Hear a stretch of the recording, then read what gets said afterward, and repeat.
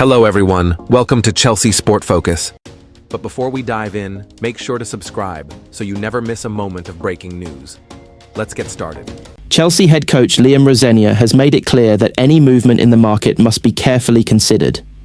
Speaking openly about the club's strategy, Rosenior stressed the importance of assessing the current squad before making decisions. He explained that giving players time can often lead to positive surprises, and that he remains in constant dialogue with the sporting directors and ownership regarding potential incomings and outgoings. The message was calm and deliberate. Chelsea are open to business, but only if it truly benefits both the team and the long-term project. Behind the scenes, however, there are signs that Chelsea have been actively exploring opportunities. James Kundra revealed that the club made an inquiry for Anton Semeno earlier this month. Chelsea were far from alone in that pursuit, with several clubs seeing the situation as a rare market opportunity. Ultimately, it became clear that Semeno favoured a move to Manchester City, ending Chelsea's interest. Even so, the inquiry itself was telling. It suggested that Chelsea are not entirely satisfied with their current wide-forward options, particularly when it comes to consistent goal output. While there is clear belief in the long-term potential of Jamie Gittins, Alejandro Garnacho and Estevão Willian, all three are still early into their Chelsea careers.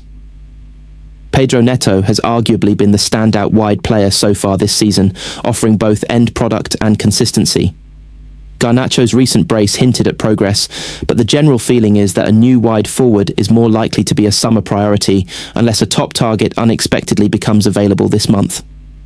Defensively, familiar issues have resurfaced.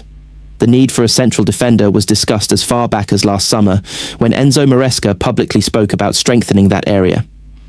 Chelsea chose not to act at the time, a decision that has been scrutinised following Levi Colwill's early season injury, which ruled him out for most, if not all, of the campaign.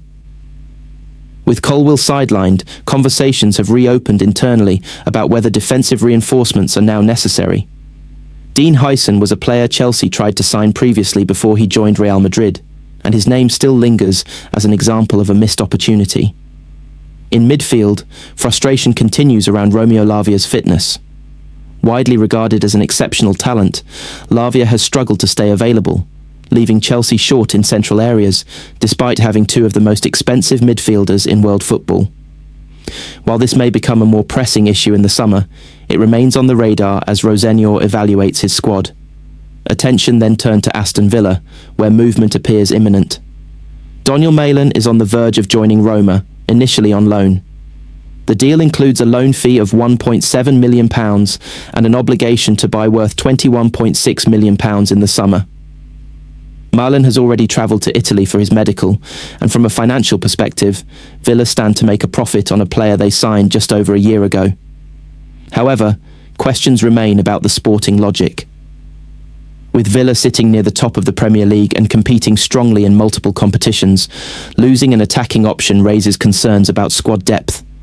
This uncertainty naturally led into discussion about Tammy Abraham. Aston Villa's interest is genuine, but the deal is far from straightforward. Abraham is currently on loan at Besiktas from Roma, with a conditional obligation to buy that has already been triggered due to his appearances. That means Besiktas now effectively control his future. Roma have made it clear that any club wanting Abraham must negotiate directly with the Turkish side. Villa's hope may lie in timing and relationships. Their ongoing dealings with Roma over Malin could help open channels of communication, but ultimately Besiktas hold the leverage. Abraham's form only strengthens their position. He recently scored again in the Turkish Cup, continuing a productive season that explains why Besiktas are reluctant to let him go. Nevertheless, Villa remember him well. His 2018-19 loan spell produced 26 goals in 40 appearances and played a pivotal role in their promotion. That history, combined with Abraham's familiarity with the Premier League, makes him an appealing option as Villa look to maintain momentum in a remarkable season. As the show closed, attention shifted briefly to strikers elsewhere, with Jean-Philippe Mateta and Nottingham Forest teased as the next talking points. For now, though, the January window remains finely balanced, shaped by patience, complex negotiations, and the ever-present possibility that one move could change everything. Chelsea's January transfer window is beginning to gather real momentum, with fresh developments suggesting that the club is quietly preparing to make at least one significant addition before the month comes to a close. Despite early expectations that Chelsea might take a cautious approach, sources now indicate that behind the scenes, work has intensified on a potential centre-back signing, while opportunities in midfield or attack are also being closely monitored.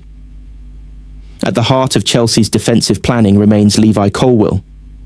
The England international is making excellent progress in his recovery from a serious ACL injury, and club medical staff are reportedly pleased with how smoothly his rehabilitation is going.